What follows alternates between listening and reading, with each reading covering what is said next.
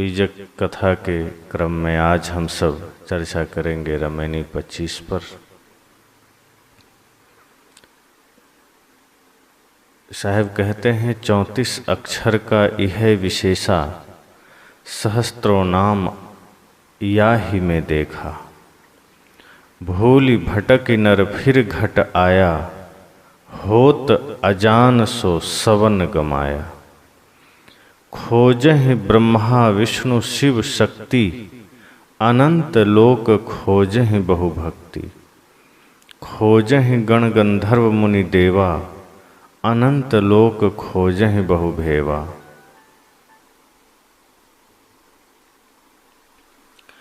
खोजहि गण गंधर्व मुनि देवा, अनंत लोक खोजहि बहु भेवा। जति सती सब खोजहि, मन ही न माने हार। बड़ बड़ जीव न बाँचि हैं, कहहि कबीर पुकार।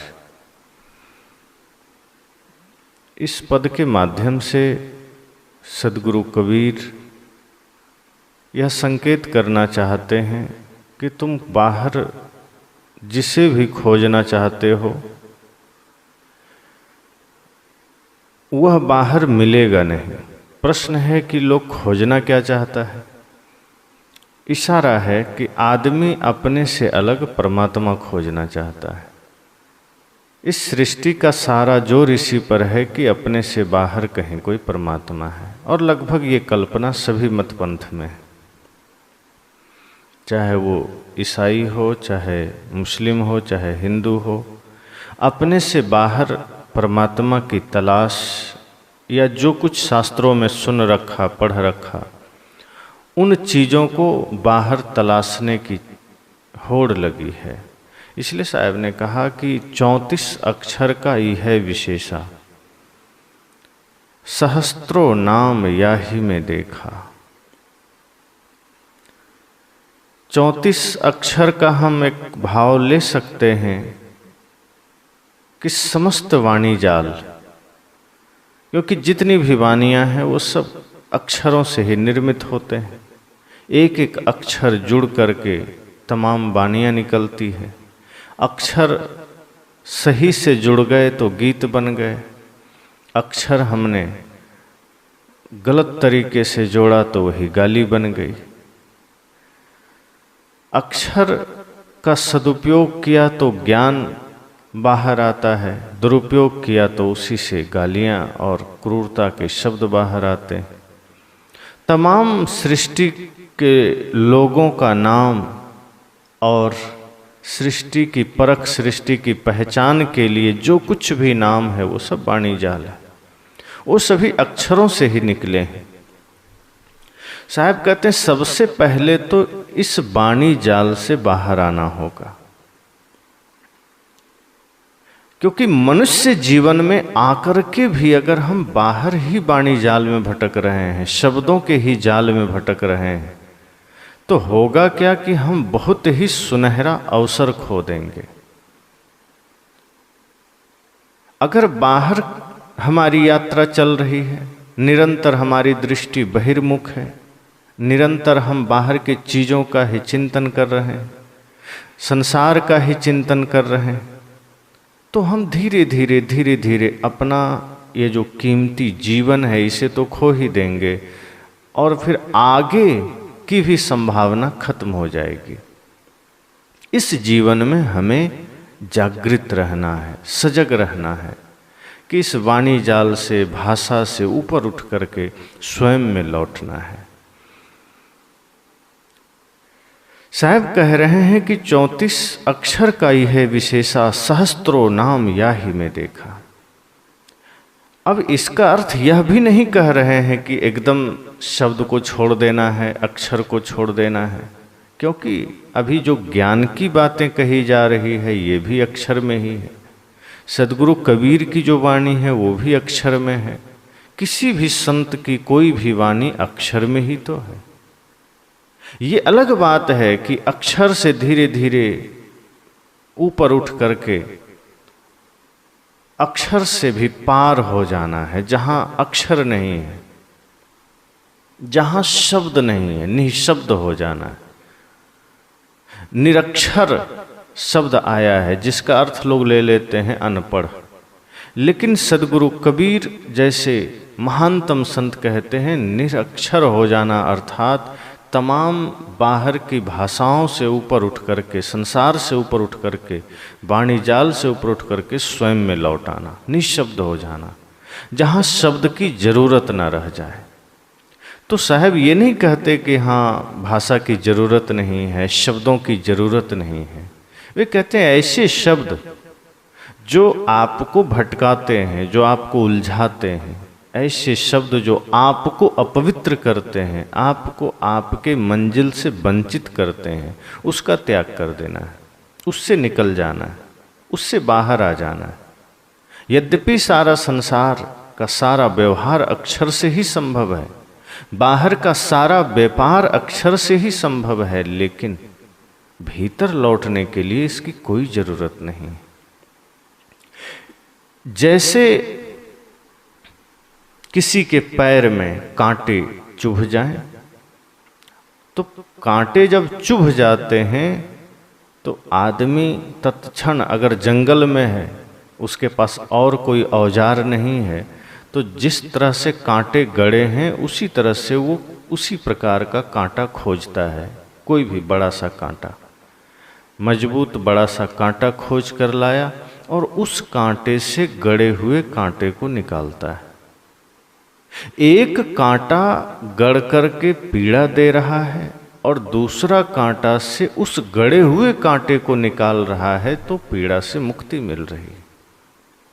तो वाणी तो सभी होते हैं, पर एक वाणी हमें बंधनों में डाल रही है, एक वाणी हमें खुद से दूर ले जा रही है, एक शब्द हमें उलझा रहा है, एक शब्द हमें भटका रहा है, लेकिन एक शब्द हमें अपनी ओर ले जा रहा है, एक शब्द हमें स्वयं की ओर ले जा रहा है, जैसे कि कांटा से हमने गड़े हुए कांटे को निकाल दिया। तो अक्षर जितने भी हैं वो सारे अक्षर हैं तो जड़, लेकिन उस जड़ में भी एक आपका सहयोगी बन जाता है, एक आपका मार्ग का अवरोधी बन जाता है। तो जो ज्ञान के शब्द हैं, यथार्थ ज्ञान के शब्द, वो हमारे मार्ग का सहायक बनता है। जो उलझे हुए शब्द हैं, मायावी शब्द हैं, जिसे बाणी जाल साहब ने कहा कि वो जाल है। जैसे जाल में लोग उलझ जाते हैं, मकड़ जाल में, बानी जाल में, खानी जाल में, इस तरह के जाल शब्द का प्रयोग होता है। जाल ऐसा होता है कि फंस गया तो निकलना मुश्किल होता है। तो जब हम बाणी जाल में फंस जाते हैं तो उससे भी बाहर आना मुश्किल होता है। और एक से एक बाणियाँ इस संसार में, रोचक, भयानक, यथार्थ वाणियाँ बहुत कम है। रोचक, भयानक आदि बहुत सी वाणियाँ हैं जो सुनने में रोचक है, भयानक है, चमत्कारिक है, और इस तरह की वाणियों का प्रयोग होता है। तो साहब कहते हैं कि जो इस तरह की वाणियाँ हैं उससे बाहर निकलने की जरूरत है, और निकलने में सहायक गुरु ज्ञान होगा। वो भी वाणी है, लेकिन वही कि एक आपको पीड़ा दे रहा है, एक आपको चिकित्सा दे रहा है, एक आपको आरोग्य दे रहा है, एक आपके मन को सांत्वना दे रहा है, सुकून दे रहा है, एक आपके जीवन में उजाला ला रहा है। लेकिन जब उजाला आ गया तो उसकी भी जरूरत नहीं, दोनों से हम मुक्त हो जाते हैं, और फिर दोनों से मुक्त होना ही मुक्ति का अंतिम स्थिति है। तो साहब यहाँ कहते हैं कि बहुत सुनहरा अवसर है यह। ये तमाम जितनी भी वाणी जाल है, इससे बाहर आना पड़ेगा, क्योंकि इसमें पढ़ करके हम अपने से दूर होते हैं। जितने शब्दों में उलझेंगे, जितने वाणियों में उलझेंगे, जितने नाम रूप में उलझेंगे, खुद से दूर जाएंगे। अब दूसरी बात साहब करते हैं कि भूली भटक नर फिर घट आया। जैसे कोई आदमी कहीं चला जाए, दिन रात कहीं घूमे फिरे रहे, कुछ दिन निवास करे, और फिर समय के साथ कुछ काल के पश्चात अपना घर लौट आए, तो लोग कहते हैं कि चलो अच्छा है, अब घर आ गए, अब तो अपना कुछ काम करो, अब तो कोई जिम्मेदारी देखो। इसी प्रकार जीव मनुष्य शरीर पाकर कुछ अच्छा काम नहीं किया, व्यर्थ में लगा रहा, खानी जाल में, बानी जाल में, जहाँ तहाँ माया मोह में, आडंबर में, संसार के ही कृत्यों में। मृत्यु का समय निकट आया, फिर आगे ना जाने कितने जन्मों में भटकना हुआ। सांप, छुछुंदर, कुत्ता, बिल्ली, कीट पतिंगे आदि में धीरे धीरे भटकते भटकते पुनः एक बार मनुष्य जीवन का अवसर आया। भूलि भटक नर फिर घट आया। ये जो मनुष्य जीवन की स्थिति है, घट है, अवसर है, पुनः इसमें आने का समय मिला। अब इस अवसर को मत खो देना। साहब कहते हैं कितने मुश्किल से तुम पुनः इस मनुष्य जीवन में आए हो, लेकिन सत्य ज्ञान और सच्चे गुरु से अनजान होने के कारण हम पुनः सब गंवा देते हैं। होत अजान सो सबन गंवाया।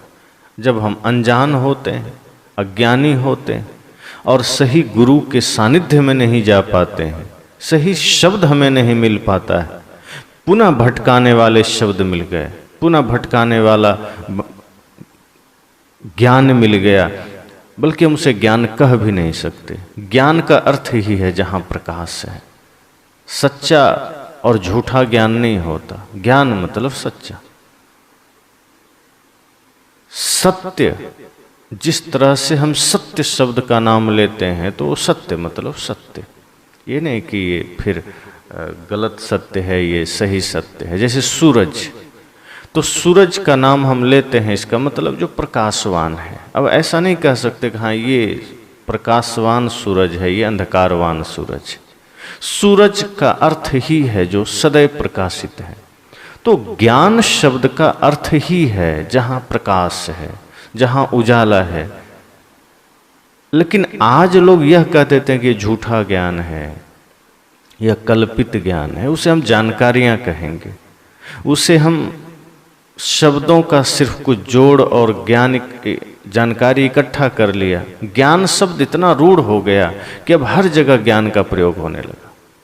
हर एक चीज में कोई जनरल नॉलेज भी जान लिया तो इससे पुस्तकों का ज्ञान हो गया, कोई संसार को जान लिया तो संसार का ज्ञान हो गया। जबकि बाहर जो कुछ भी हम जानते हैं उसे सिर्फ जानकारी कहते हैं।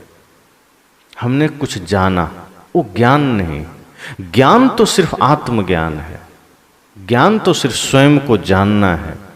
तो सद्गुरु कहते हैं कि होत अजान, हम अनजान हैं, सच्चे गुरु के पास नहीं गए, सच्चा शब्द नहीं मिला, यथार्थ वाणियां नहीं मिली, और इस वजह से हम पुनः इस मनुष्य जीवन को खो देते हैं। हमें वही सब कुछ पुनः मिला जिससे हम संसार में ही ठीक से रचें पचें, पुनः माया में ही दौड़ लगाएं। हमें वो यथार्थ रास्ता नहीं मिला, वो यथार्थ मार्ग नहीं मिला जिससे कि हम इस मनुष्य जीवन को सार्थक कर सकें, मोक्ष धाम तक जाने में इस शरीर का सदुपयोग कर सकें। इतना निश्चय ही समझ लेना पड़ेगा कि यह शरीर हमें सिर्फ और सिर्फ यात्रा के लिए मिला है, यह एक साधन है। जितनी जल्दी हम इस बात को समझ जाएंगे, माया के इस भयंकर तूफान से बच जाएंगे। शरीर अस्थाई नहीं है, यह बात हमें समझना पड़ेगा। ये प्रति क्षण क्षीण हो रहा है, हम इन आंखों से देख नहीं पा रहे हैं, लेकिन जब आप दूरबीन से देखते हैं तो आपको पता चलता है कि जड़ पदार्थों में भी निरंतर क्रिया हो रही है, वो क्षीण हो रहे हैं, मृत्यु उसे धीरे धीरे क्षीण कर रही। हम सबका शरीर भी प्रति क्षण प्रति पल क्षीण होते जा रहा है। और शोधकर्ताओं ने तो कहा भी है कि शरीर 7 वर्ष में पूर्णतया परिवर्तित हो जाता है, बदल जाता है। जो शरीर अभी है 7 वर्ष बाद बिल्कुल वही नहीं रहता, वो एकदम परिवर्तित हो जाता है, सारे परमाणु बदल जाते हैं। यह परिवर्तन संसार का नियम है और हमारा शरीर उसी संसार का एक हिस्सा है। हमें यह शरीर ठीक वैसा ही मिला है जैसे कोई व्यक्ति कोई घर किराए पर लेता है और उस किराए के घर में रहकर अपना कोई काम संपादित करता है। घर से शहर कोई आदमी सिर्फ किराए पर रहने के लिए तो नहीं जाता कि चलो अब घर में मन ऊब गया, शहर जाते हैं, किराए पर वहीं रहेंगे और खाएंगे। शहर जाने का अर्थ ही इतना आदमी के लिए होता है कि शहर जाना है, कुछ काम करना है। कुछ काम करना है तो वहाँ रहना पड़ेगा, और रहना पड़ेगा तो किराए पर ही रहना पड़ेगा, तत्क्षण घर तो नहीं बना सकते। इसी भाव के साथ व्यक्ति कहीं भी कमरा लेता है किराए पर। यह जीव को भी इस संसार में आने का अवसर मिला कि तुम बंधनों से छूटो, तुम मुक्ति के पथ पर यात्रा करो, तुम ध्यान साधन के द्वारा इस संसार सागर को पार कर जाओ। तो स्वाभाविक है फिर संसार में हम रहेंगे कैसे? तो तुम्हें शरीर दिया जाता है। शरीर के बिना तुम संसार में रह नहीं पाओगे। शरीर तुम्हारा घर है, इसमें तुम्हें रहना है, ये तुम्हें किराए पर मिला। जिंदगी ये किराए का घर है, एक न एक दिन निकलना पड़ेगा। तो मानो इस जीव को शरीर एक किराए के रूप में प्राप्त हुआ, तो इस किराए के शरीर का अर्थ इतना ही है कि इसमें रहते हुए संसार से पार हो जाना। ऐसा नहीं है कि यहां सिर्फ टाइम पास के लिए जीव आया है, कि ये आत्मा शरीर में खेलने खाने के लिए आई है। लेकिन आज आदमी करता क्या है? इस शरीर में आकर के उतना ही काम करता है जैसे कोई आदमी बाजार जाके शहर में कमरा खरीदे, शहर जाकर और बस किराया भरे, हर महीना किराया दे, पर कुछ काम ना करे, उल्टा जेब से किराया भरे और उस कमरे में सिर्फ रह के मौज मस्ती करे। लोग कहेंगे पागल है, इतना बड़ा घर छोड़कर शहर किराए पर रहने आया। यही हम जीव करते हैं, यही हम मनुष्य करते हैं। यह शरीर किराए के लिए मिला कि चलो तुम इसमें रहो। यह शरीर किराया के रूप में प्राप्त हुआ कि बस कुछ दिन का डेरा इसमें डालो, पर काम करना है। तो काम क्या है? इस शरीर संसार के बंधनों से मुक्त होना है, माया के बंधनों से मुक्त होना है, संसार रूपी समुद्र को पार करना है। ये जो तमाम बाहर विषय वासना का एक विशाल सागर है, माया का सागर है, बंधनों का भयंकर ज्वार भाटे हैं, इन सबको पार जाना है। इसमें सहायक शरीर बनता है। और शरीर रहते काम नहीं किया, अगर अज्ञानता में लग गए, माया में ही लग गए, स्वयं से अनजान रहे, तो साहब कहते हैं होत अजान सो सबन गंवाया। अब हम अनजान हैं स्वयं से, पुनः धीरे धीरे हम सब गंवा रहे हैं, धीरे धीरे हमारा समय खो रहा है, धीरे धीरे हम स्वयं से दूर जा रहे हैं। और इसी बीच पुनः वाणिजाल कहीं से मिल गया कि हिमालय कैलाश में शिव जी रहते हैं, अमरनाथ में शिव जी रहते हैं, या कहीं चंद्रलोक में चंद्रमा रहते हैं, या कहीं विष्णु जी रहते हैं क्षीर सागर में, या कहीं ब्रह्मा जी रहते हैं। साहब कहते हैं इस तरह का कुछ वाणियों का एक संग्रह मिल गया कहीं से, शास्त्रों से, किसी धर्मगुरु से। अब हम क्या करते हैं? स्वयं के निकट आने के बजाय, स्वयं को जानने के बजाय हम संसार को जानने के लिए दौड़ पड़ते हैं। एक तो बड़ा मुश्किल से यह मनुष्य शरीर मिला, न जाने कितने खानियों में हम भटकते हुए इस मनुष्य शरीर में पुनः आए हैं। इससे पहले और कितने बार आए होंगे कोई जानता थोड़े, असंख्यों बार आए होंगे, असंख्यों बार न जाने कितने खानियों में गए होंगे। पुनः एक अवसर मिला स्वयं को जानने का और इस शरीर का सदुपयोग करके इस बार मुक्ति के पथ पर जाने का, मुक्ति धाम में जाने का, मोक्ष को उपलब्ध होने का। लेकिन हम पुनः वाणी जाल में पड़कर अपने से बाहर मुक्ति खोजने लगे, अपने से बाहर परमात्मा खोजने लगे। और साहब कहते हैं खोजें ब्रह्मा विष्णु शिव शक्ति। हम कहीं ब्रह्मा खोज रहे हैं, कहीं ब्रह्मा विष्णु की खोज कर रहे हैं, कहीं शिव की खोज कर रहे हैं, कहीं दुर्गा की खोज कर रहे हैं। बता दिया गया कि ब्रह्मा जी मिल गए, तपस्या करो। पहले कुछ लोगों को मिला, रावण आदि तमाम राक्षस हुए जो तपस्या करके ब्रह्मा जी को पाए और शक्तिशाली हो गए। बहुतों ने विष्णु जी की पूजा की और उन्हें मोक्ष मिला। बहुतों ने शिव जी की उपासना की और वो शक्तिशाली हो गए। बहुतों ने वो शक्ति की पूजा की, दुर्गा की पूजा की और वो परम शक्तिशाली हो गए। ऐसी वाणियाँ हमें मिल गई। अब इन वाणियों के आधार पर हम ब्रह्मा जी को खोजने चले, हम विष्णु जी को खोजने चल पड़े। कहानियाँ सुन लिए कि प्रहलाद जी को और ध्रुव जी को विष्णु जी मिल गए। अब हमें लग रहा है कि हमें भी मिल जाएंगे। अब हम उसी चक्कर में, वाणियों के चक्कर में, उस वाणी जाल के चक्कर में बाहर निकल गए। बहुत से लोग आज भी हैं जो भगवान की तलाश को लेकर के बहुत व्यग्र रहते हैं कि क्या करें कि भगवान मिल जाए।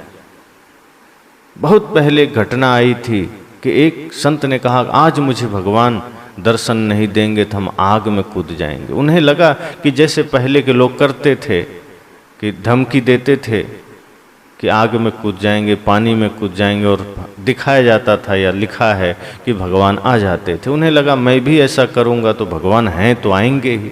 उन्हें पक्का भरोसा था कि भगवान आ जाएंगे, पर कहाँ से आएंगे, रहेंगे तभी तो।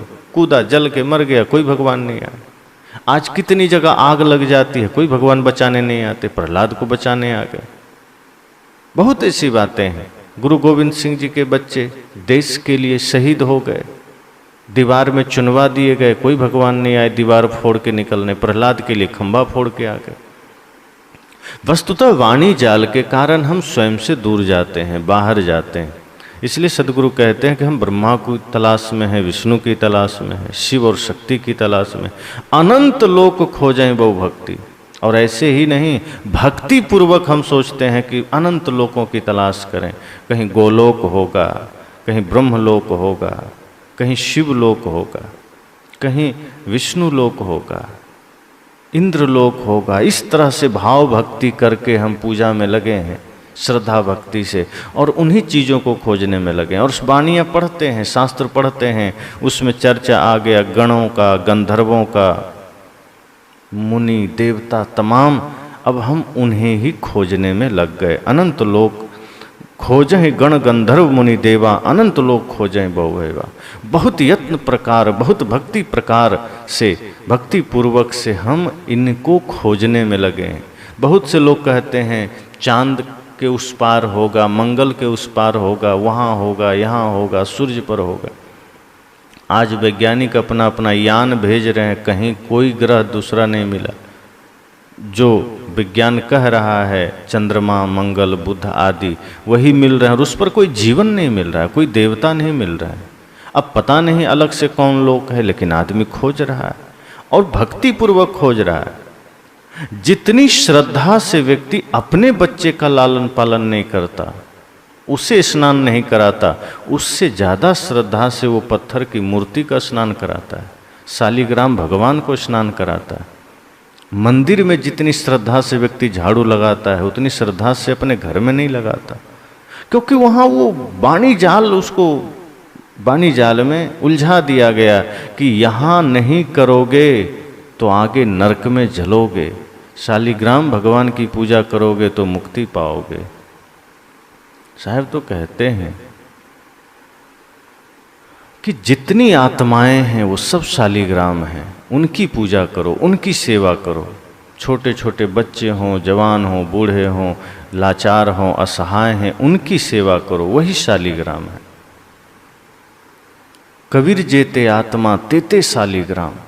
सदगुरु कहते हैं कबीर जितनी आत्माएं हैं इस संसार में सब शालिग्राम है। तुम बाहर खोज रहे हो भक्ति पूर्वक, कबीरन भक्ति बिगाड़िया कंकड़ पत्थर धोए। साहब कहते हैं ये सामान्य लोगों ने भक्ति ही बिगाड़ दी। अब कितनी भी भक्ति करो, कंकड़ धो रहे हो, पत्थर धो रहे हो, बाहर अपने से कुछ यत्न कर रहे हो, अनुष्ठान कर रहे हो, क्या मिलेगा? अपने से बाहर कुछ भी नहीं मिलेगा। स्वयं में लौटोगे तो परमात्मा की अनुभूति हो जाएगी, परमात्मा का अनुभव हो जाएगा, और तब पता चल जाएगा कि आत्मा ही परमात्मा है, अहं ब्रह्मास्मि, यह भाव सार्थक हो जाएगा। और बाहर जहाँ भी जाएंगे क्या मिलेगा? तीर्थों में क्या मिल जाएगा? किसी विद्वान ने कहा कि अपने से बाहर परमात्मा खोजना ऐसा ही है जैसे खुद के घर में खीर बना हो और बाहर हम भिक्षा पात्र लेकर खिचड़ी मांग रहे हैं कि हमें खिचड़ी दे दो। अब घर में खीर बना पड़ा है, उसे छोड़कर तुम खिचड़ी मांग रहे हो। जाके आंगन नदियां बहे सो कस मरे प्यास। जिसके आंगन में ही नदी बह रही है वो बाहर पानी खोज रहा है। जिसके भीतर स्वयं परमात्मा का निवास है वह व्यक्ति बाहर मुक्ति मांग रहा है, तीर्थों में, पत्थरों में, पहाड़ों में।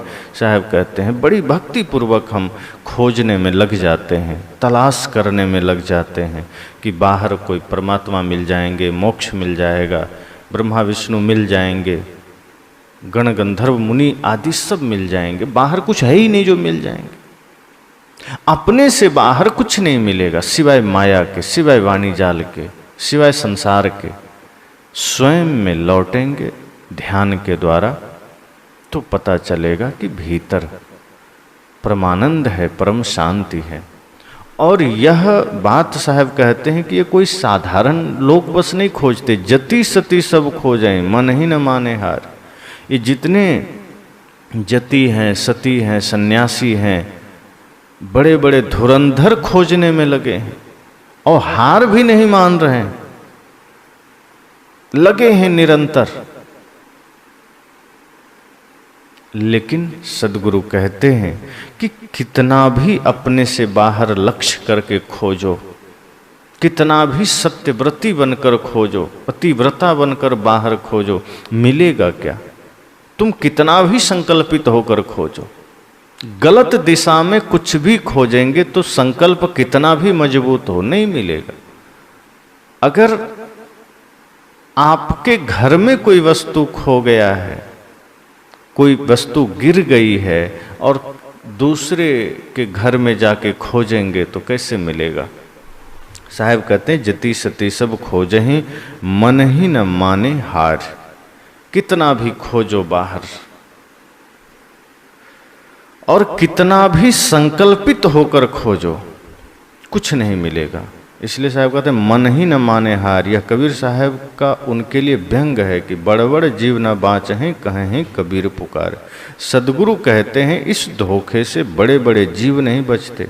बड़े बड़े विद्वान, तपस्वी और नामी ग्रामी लोग भगवान के दर्शन पाने के लिए ललायित। वे अपनी अवधारणाओं के प्रतिबिंब अपने मन में देख लेते हैं, यही परमात्मा दर्शन मान लेते हैं। किंतु जो सारी अवधारणाओं का जनक, उनका दृष्टा एवं ज्ञाता है, वह चेतन देव ही है, अपना स्वरूप ही है, उसके अलावा सब कुछ भुला हुआ है। इतना संकल्प होकर के आदमी यात्रा करता है कि मिल जाएगा। और बताने वाले भी ऐसे हैं, बिल्कुल हम अभी बता रहे हैं, एकदम मिलेगा। भविष्य देखने वाले को देखिए, इतना विश्वास के साथ वो भविष्य बताता है जैसे कि वो सब कुछ एकदम देख रहा है, आंखों के आगे उसका घटित हो रहा है। इतना कॉन्फिडेंस, इतना उसे विश्वास है अपने ऊपर कि वो जो कुछ भी कह रहा है सत्य है।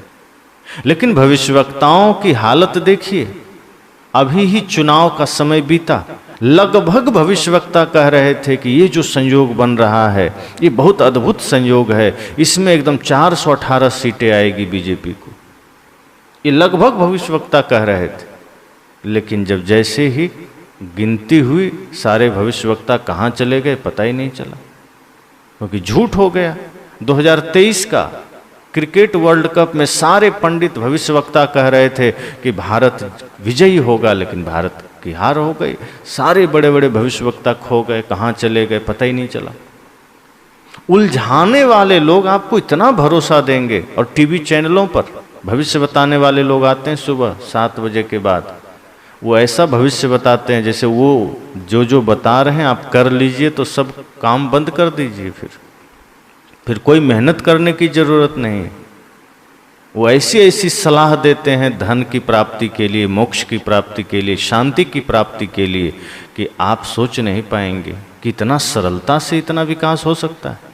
अब इन इतने सारे ज्योतिषियों के यहाँ होने के बाद भी भारत अभी भी अमेरिका से पीछे है, जापान से पीछे है, ब्रिटेन से पीछे है।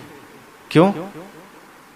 इतने ज्योतिषियों के बाद भी भारत को तो सब में आगे होना चाहिए, सामरिक तौर पर, आर्थिक तौर पर, टेक्नोलॉजी के तौर पर, लेकिन अभी भी भारत इतना पीछे है। और इतना आगे भी आया है इन ज्योतिषियों के कारण नहीं आया है। भारत मेहनत कर रहा है, भारत के लोग श्रम कर रहे हैं, हर क्षेत्र में मेहनत कर रहे हैं, तब भारत आगे आया। अगर इन ज्योतिषियों के कारण आते तो बहुत पहले आ गए थे, पीछे ही नहीं होते।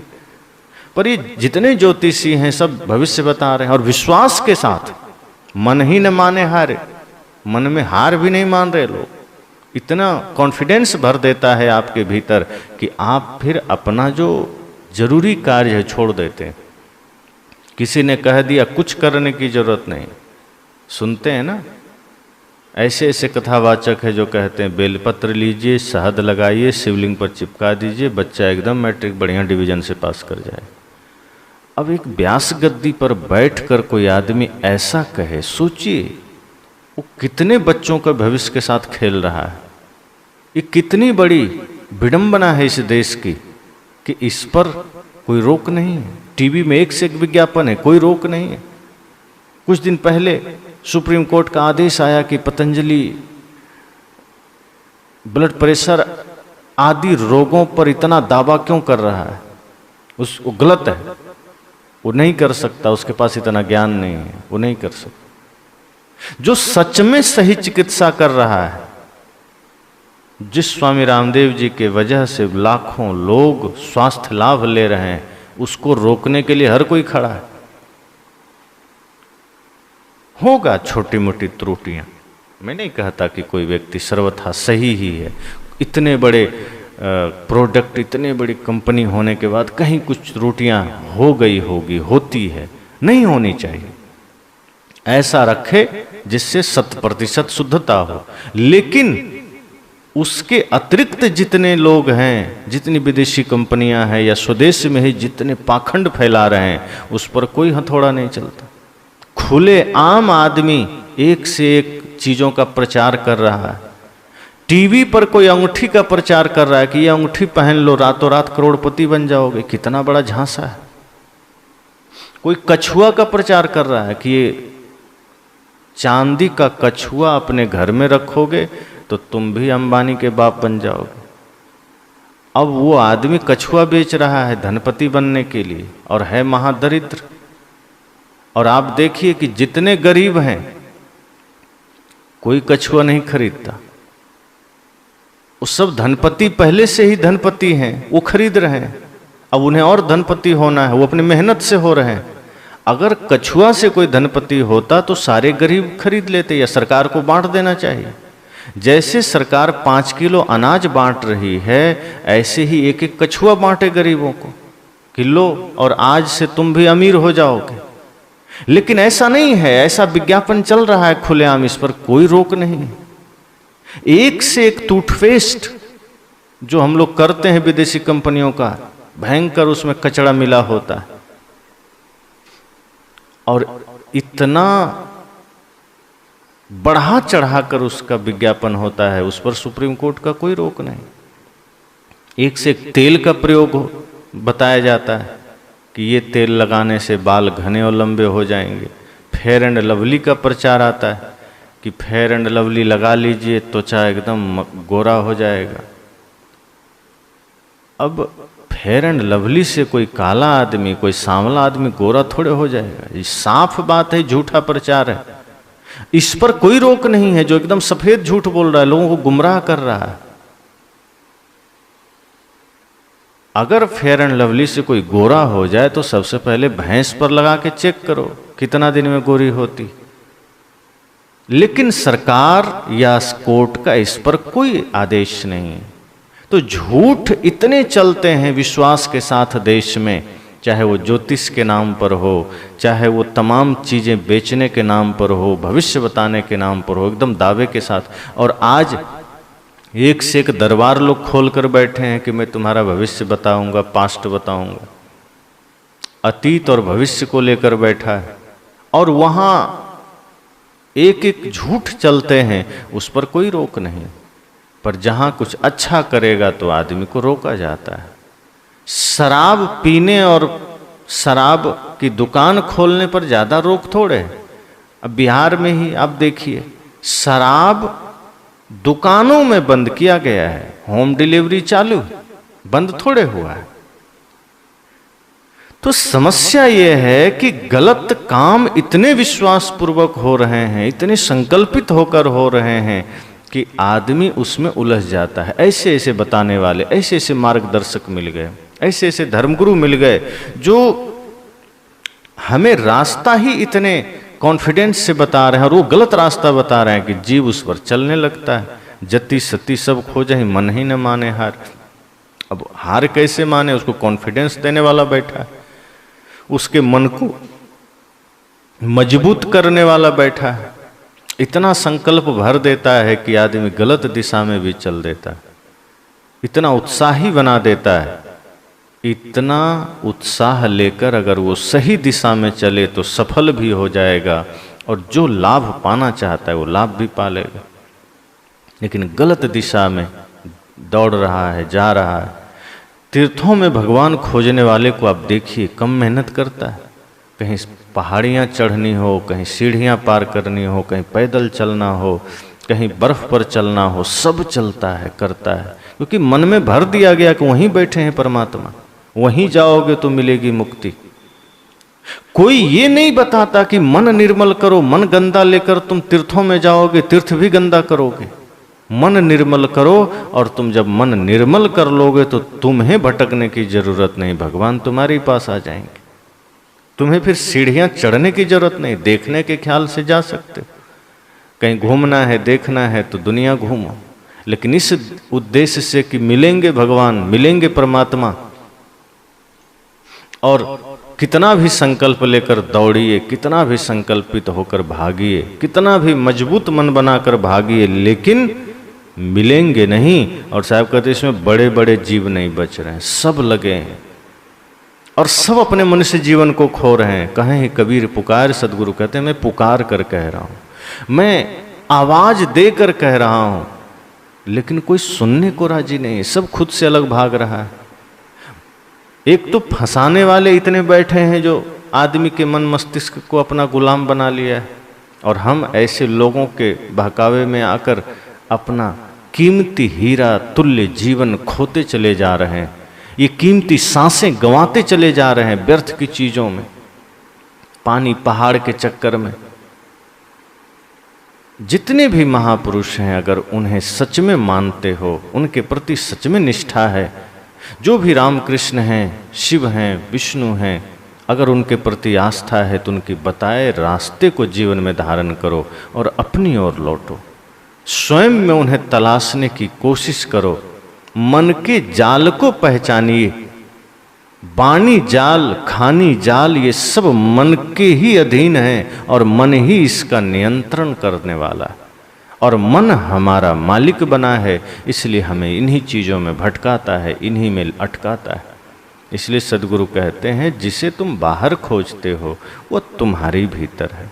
बाहर तुम कहीं भी जाओगे, ये सब वाणी जाल का विस्तार है। जितने भी शास्त्र हैं, जितने भी शब्द हैं जो तुम्हें खुद से दूर कर रहे हैं, वो सब वाणी जाल है। उससे मुक्त होंगे, फिर जो यथार्थ शब्द हैं, यथार्थ वाणियाँ हैं, उनका सहारा लेकर सही दिशा की ओर चलेंगे तो एक दिन आप पाएंगे कि आपने पा लिया। जिसे आप बाहर खोजते थे वो इतना सरल था, बाहर कठिन है। आप कहाँ खोजेंगे, कहाँ जाएंगे? एक तो मिलना नहीं है, आप दौड़ भी रहे हैं। बाहर पाने के लिए भयंकर कठिनाइयों का सामना करना पड़ता है और मिलता भी नहीं है। कितना दौड़ लगानी पड़ती है और मिल भी नहीं रहा है। और है बड़ा सरल, थोड़ा सा तप किए, ध्यान किए, शरीर संसार के आसक्ति का त्याग किए, भीतर लौटे कि पता चला यही था। एक राजा एक जंगल में अपने बगीचे में गया, पैर में कांटा चुभ गया। अब राजा के पैर में कांटे चुभ गए, गुस्सा किया माली पर कि कैसे तुमने सफाई की, कांटे नहीं हटाए, क्या किया जाए। तो राजा ने सोचा ऐसा कुछ करना चाहिए कि कभी कहीं जाऊं तो कांटे गड़े ही नहीं। बहुत पहले का जमाना था। दरबार लगा, बड़े बड़े विद्वान आए, कहा सरकार ऐसा किया जाए कि पूरे राज्य में एक तरफ से झाड़ू लगवा देते हैं, सब जगह झाड़ू लगा दिया जाएगा, कांटे कंकड़ सब दूर हो जाएंगे। राजा ने कहा बात तो ठीक है, विद्वानों ने कहा था, बात झूठी थोड़े होगी। पूरा झाड़ू लगवा दिया। अब झाड़ू जब पूरे राज्य में लगा, इतनी धूल उठी कि आदमी को सांस लेने में दिक्कत होने लगी। कांटे और कंकड़ तो हटे, लेकिन धूल इतनी उठी कि लोग सांस नहीं ले पाने लगे। राजा ने कहा कंकड़ और कांटे तो दूर हुए पर जीना मुश्किल हो गया, अब कोई सांस नहीं ले पा रहा है, लोग मरे जा रहे हैं, क्या किया जाए। फिर सभा बैठी, फिर लोगों ने निर्णय किया कि अब तो बड़ी समस्या हो गई, पहले से ज़्यादा समस्या हो गई, अब क्या किया जाए। तब इन धूलों को बैठाना पड़ेगा। तो क्या करना है, तो पानी का छिड़काव किया जाए। अब जितने तालाब थे, कुआं थे, नदियां थी, सब का पानी लेकर पूरे राज्य में छिड़काव शुरू हुआ। सब जगह का पानी खत्म हो गया, कीचड़ कीचड़ हो गए चारों तरफ, सब जगह पानी पानी हो गया, कीचड़ कीचड़ हो गया। धूल तो बैठी, लेकिन उल्टा कीचड़ इतना भयंकर हो गया, नदी नाले तालाब सब सूख गए। राजा ने कहा अब तो और ज़्यादा भयंकर स्थिति हो गई। पहले तो कंकड़ पत्थर को हटाने के लिए पूरा धूल उठा दिया, सब जगह धूल धूल कर दिया। अब धूल को बैठाने के लिए पानी डाला, पानी खत्म और ऊपर से कीचड़ कर दिया, बड़ी समस्या है। लंबे समय के बाद सब जगह कीचड़ शांत सूखा, कुछ मौसम ठीक हुआ। राजा ने कहा इस समस्या का समाधान खोजना होगा, बड़ी समस्या है। उसमें से जो अपने को थोड़ा विद्वान समझता था उसने कहा सरकार अब एक ही उपाय है, एक ही रास्ता है। कहा क्या? कहा पूरे धरती को हम लोग चमड़े से ढक देते हैं, सब पर चमड़ा डाल देंगे, ढक दिया जाएगा, कवर कर दिया जाएगा, अब जहाँ जाइए कहीं कोई दिक्कत नहीं। राजा ने कहा ये बात ठीक है। राजा का आदेश जारी हो गया। अब किसान हड़ताल पर आ गए। कहा सब धरती तुम चमड़े से ढक दोगे तो खेती कहाँ करेंगे, फिर खाओगे क्या? राजा ने कहा ये भी बात ठीक है, अन्न खरीद लेंगे। किसानों ने कहा खरीदोगे कहाँ से, हम ही तो उपजाते हैं, हम उपजाएंगे नहीं, खेत सब ढक दोगे तो फिर बाजार में कहाँ से जाएगा, और बाजार में जब अन्न जाएगा नहीं तो तुम खरीदोगे कहाँ से? राजा का दिमाग ठनका। कहा ठीक बात है, धन से सब खरीदा नहीं जा सकता। अगर हमने सब जगह चमड़ा मढ़ दिया तो समस्या हो जाएगी, लेकिन राजा थोड़ा मूड था। कहा पर मेरे पैर में कांटे नहीं चुभने चाहिए, चाहे जो हो, हम सब जगह चमड़ा मढ़ेंगे, पूरे धरती पर चमड़ा बिछाएंगे। तभी एक बुजुर्ग आदमी उधर से आया। कहा पूरे धरती पर चमड़ा मढ़ने की कोई ज़रूरत नहीं, मैंने रास्ता खोज लिया है। कहा क्या? कहा ये मैं आपके लिए जूता बना लाया हूँ, इससे अपना पैर को ढक लीजिए, बस कहीं कुछ करने की ज़रूरत नहीं। ये मैंने आपके लिए जूता बनाया है, आप पैर पर चढ़ा लीजिए। पैर ढक गया मतलब पूरा संसार ढक गया, फिर आप जहाँ जाएंगे समझ लो धरती पर चमड़ा बिछा हुआ। राजा तो हैरान हो गए, दरबारी का माथा ठनक गया। कहा हम इतने विद्वान, हम इतने ज्ञानी, और हमने जो उपाय नहीं खोजा, ये साधारण आदमी कैसे इतना बढ़िया उपाय खोज लिया? अब उसे लगा कि हमें तो दंड मिलेगा राजा के द्वारा और इसे इनाम मिलेगा, और स्वाभाविक है इतनी बड़ी समस्या का समाधान। पूरी धरती को चमड़े से ढकने की जरूरत नहीं है, बहुत कठिन काम है। सबसे सरल, सबसे साधारण है अपने पैर को ढक लेना, और ये सबसे सस्ता भी है। उस बुजुर्ग ने कहा कि इतना मेहनत क्यों करना, अपना पैर ही ढक लीजिए। और ये ज्ञान किसी के मस्तिष्क में नहीं आया। सबने सोचा धरती ढक देना है, झाड़ू लगा देना है, पानी डाल देना है, पर एक साधारण आदमी ने कहा नहीं नहीं, पैर को ही ढक लेना है। इसी तरह से तो हो रहा है संसार में। लोग कहते हैं यहाँ भगवान है, वहाँ भगवान है, इस तीर्थ में है, उस पहाड़ में है, बाहर ये पूजा करने से मिलेगा, वो पूजा करने से मिलेगा, बाहर दौड़ने से मिलेगा। सब यही बता रहे हैं, सब यही सिखा रहे हैं। एकादशी करने से मिलेगा, पूर्णिमा व्रत करने से मिलेगा, त्योहारों में उपवास रहने से मिलेगा, चाहे कितना पाप करो भगवान का नाम लो पुण्य मिलेगा। लेकिन सदगुरु कबीर कहते हैं कि इतना करने की जरूरत ही नहीं, ये तो बहुत कठिन काम है बाहर जो तुम कर रहे हो, और मिलेगा भी नहीं। बाहर भीतर लौट आओ, अपने को ही वश में कर लो, अपने को नियंत्रण में कर लो, अपने को जान लो। अपने भीतर आना सरल है, और भीतर आओगे तो पाओगे भगवान तुम्हें मिल गए। तो इसलिए साहब ने कहा कि जिसे तुम बाहर खोजते हो वो मिलेगा नहीं। इस जंजाल से ऊपर उठो, इस तमाम वाणी जाल से, खानी जाल से ऊपर उठो। और तुम कितना भी चाह लो कि हम भगवान को बाहर खोज लेंगे, आकाश में खोज लेंगे, अलग अलग ग्रहों में खोज लेंगे, जिंदगियां बीत जाएगी, खोज नहीं पाओगे, क्योंकि बाहर कोई नहीं है। कितना भी खोजो और कितने संकल्प से खोजो, कितने ही विश्वास से खोजो, जो जहां है ही नहीं वो तुम पाओगे कैसे। और इसमें बड़े बड़े लोग खोज के चले गए, नहीं पाए, तुम भी चले जाओगे। अच्छा है कि अपनी ओर मुड़ो, अपने में देखो, इसी क्षण अभी इसी वक्त परमात्मा तुम्हें मिल जाएंगे, भगवान तुम्हें मिल जाएंगे। बाहर खोजोगे नहीं मिलेंगे, बाहर दौड़ोगे नहीं मिलेंगे, हैं ही नहीं। मन निर्मल कर लो, मन पवित्र कर लो, अपने सारे छल कपट का त्याग कर दो, तो पता चलेगा कि परमात्मा यहीं इसी क्षण अभी तुम में उपस्थित हो गया, उद्घाटित हो गया, प्रकट हो गया। हमने अब खुद अविद्या का पर्दा डाल रखा है और हम सोच रहे हैं बाहर होगा। पर्दा हटाओ तो पता चले भीतर ही था। तो इसलिए साहब का यह पद, छोटा सा पद, बहुत ही मार्मिक पद है।